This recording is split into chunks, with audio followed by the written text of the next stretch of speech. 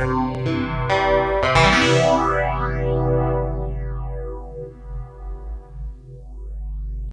as I was saying, we've already covered quite a lot how over the last few weeks how metta fits in with the system of practice. We've looked at focus and breadth, and we saw how each meditation has 3 stages: a settling in period where we particularly work on breadth, the focus of the session, which this series is metta, and then a period of sitting on at the end. We looked at Vedana, all our experience has feeling tone, and we looked at our breadth of awareness. So we include our body, emotions, and minds within the practice. And we also had a look at what I call KRR. So when we get distracted, which will happen sooner or later, anything like me, sooner, we acknowledge that distraction with kindness, return to the breadth of awareness, and re-engage with the focus. Okay, so brief recap. So from here, we're going to look, as I said, at working in access concentration. But for the benefit of some of you who haven't seen this before, we need to kind of put where access concentration is within Buddhist cosmology, obviously. So if you can have the first slide. And we have a triangle. So the triangle will become clear. Here we go. So in Buddhist cosmology, we have what are called the 3 realms or 3 lokas. We have the Kama Loka. Kama, you'll notice, is spelled K-A-M-A. So that means desire, as opposed to karma, which is K-A-R-M-A, which means action, and is connected to the law of karma. So this is Loka, means realms, a realm of desire. We have the Rupa Loka, which is the realm of form, and then we have the Arupa Loka, which is the formless realm, which Padmavajra mentioned last week in terms of the formless absorption of the beautiful. So that would be somewhere up the top. So we have the 3 realms of existence. Some of you will be familiar with the Wheel of Life. So we're generally, our world as we perceive it, the world of animals and humans, is the Kama Loka, so the realm of desire. Another way of looking at this triangle is, just move along,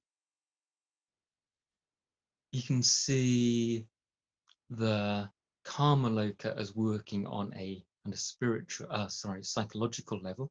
So working with the mind, knowing the mind. Bhante Sangharakshita did a book of that name, looking at mental events, understanding our own psychology, as it were. And then for the higher realms, we have the spiritual, so the Rupa Loka and Arupa Loka. And at the top I put Lokutara, which means beyond the world. So that's, if you like, not quite sure I want to say the realm of the Buddha. It says beyond the realms, beyond the world. So that's the experience of the awakened ones. It's off the wheel of life. Another way of looking at this is ethics, meditation, and wisdom. So we're familiar with the threefold way.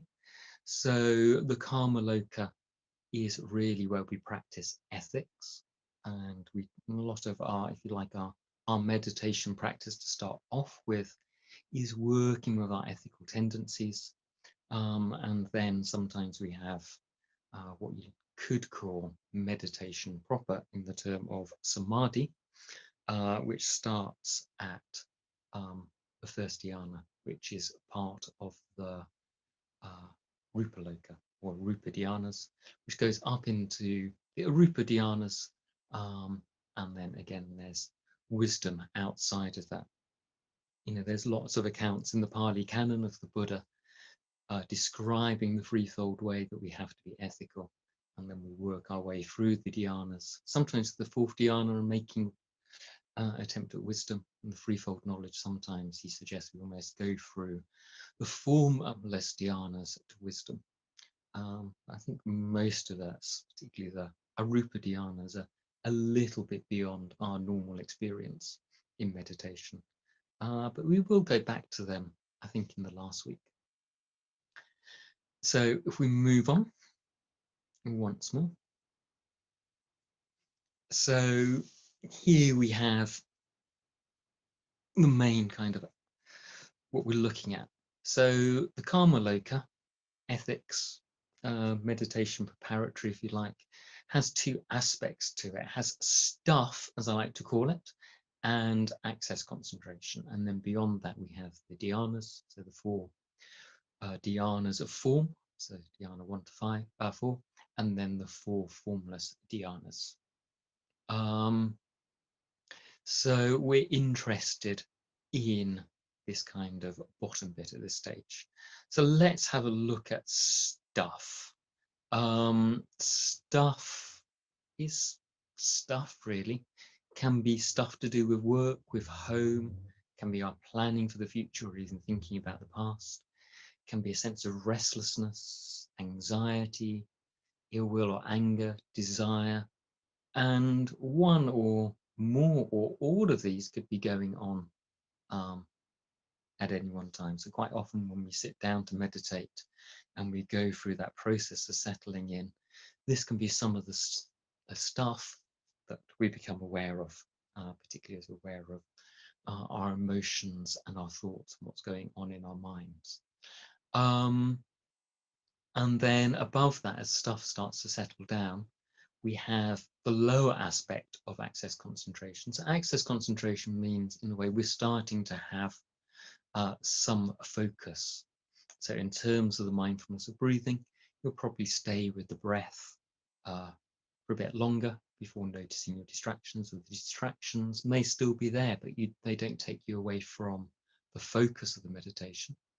And similarly with the metta that we'll be doing shortly. There can be a sense of continuity of our connection with whatever stage we're doing. Yeah, so there's that. As we get more concentrated, we can start bringing the dhyana factors, which we'll be looking at in a couple of weeks or so. And that's how we move from access concentration into dhyana.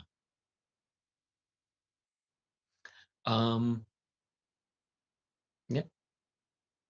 So the way I sometimes think about stuff is it just feels like waves in my mind or my heart or in my emotions. It just kind of comes up and it's there for a while, and then usually sooner or later it kind of disappears again. So hence we've got that sense of waviness. We can all think of things when times we've been angry, or ill will or hatred, and sooner or later it kind of goes. We have our cravings, we have our desires for a new house, new job, new partner, new ... or desire to be out of lockdown, whatever. And those desires come and they go. Same with the rest of them, really. So a lot of time you can just kind of, the settling in process works with stuff quite nicely. I was talking to Jnana Mitra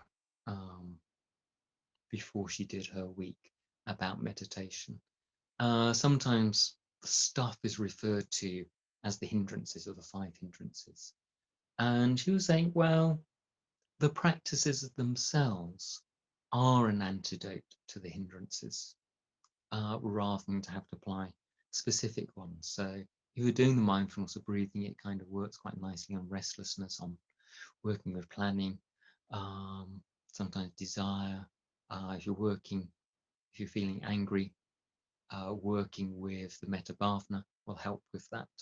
And sometimes, the best thing with stuff is not to give it too much attention. So as I said a moment or two ago, stuff starts to quieten down quite often as we get into our bodies, acknowledging stuff, acknowledging what's going on. If we try to push it away, it will just reassert itself. So acknowledging what's going on with kindness. and then quite often we'll sink away or settle down. And rather than waves, we get something a little bit um, smoother. So we start having access concentration. I sometimes experience access concentration as the sun coming out in meditation. We all have that experience on a cloudy day where you're there and then suddenly the sun comes out and everything just brightens up. So I often think of access concentration or getting into access concentration as that brightening up. If you meditate regularly, you're going to experience access concentration. So this is not something esoteric or something very, very far away. It's our experience quite often during meditation. So to work through access concentration, we work with sinking and drifting. So this is looking at energy. So let's have a look at drifting first. So drifting is having too much energy. It starts to get restless. My own experience of drifting, I tend to be quite wordy, so trains of thought kind of go off in my head. So remember, there's always a certain amount of that concentration at this point.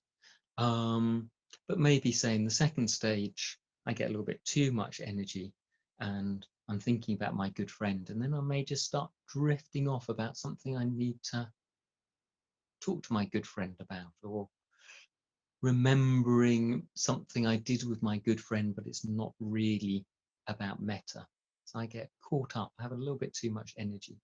So I just want to dampen that down somewhat. Sometimes you can work physically. So just tucking the chin in ever so gently often just starts to calm my mind down and reducing the energy. I can almost not quite slouch, but just kind of shift my weight back on my pelvis. And again, in meditation posture, and it just starts to lower the energy. If I'm using phrases within the Mettā Bhavana, I can say them a little bit quieter. So rather than shouting in my head, may I be well, may I be happy, it can just be almost like a whisper, may I be happy. Sometimes I think particularly for me in the fourth stage, I can get caught up with the stories about the person I'm currently having difficulties with. And though we often say bring that person to mind or imagine you're in their presence, sometimes what we want to do is just create a bit of distance between where I am and where that image or that sense of that person is. So just creating distance sometimes can be quite good at just settling the mind back down.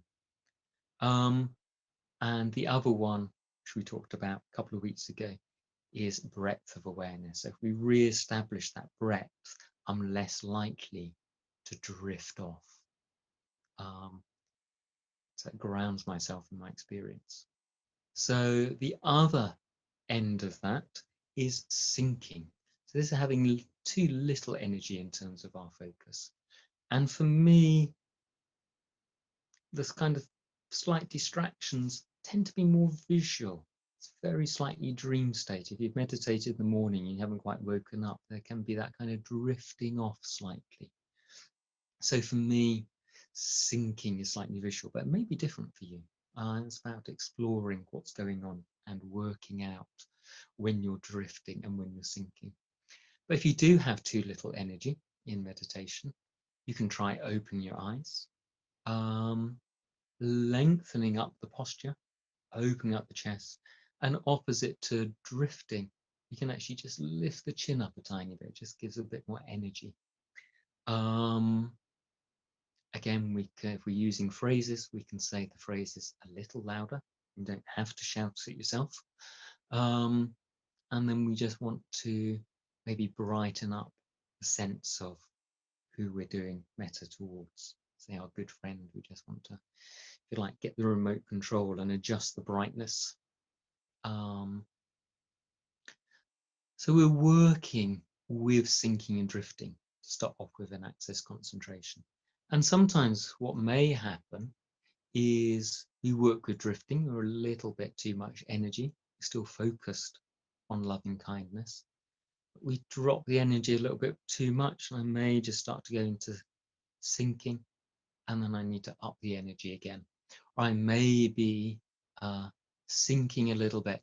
I open the eyes, lift the head up, but before I know it, I'm starting to get too much energy. I'm starting to drift and lose the focus the other way. So I've got an image between the two of a seagull uh, flying there on the wings, if you like, of sinking and drifting. And we're just trying to find that balance point of energy. So we haven't got too much sinking and we haven't got too much drifting. And almost when you can find that, something else starts to come on. And as when we get that balance point, we start to go up. We get an up current, and we get more concentrated. At which point we can then start looking at working with the dhyana factors. So I think that's what I really want to say on sinking and drifting.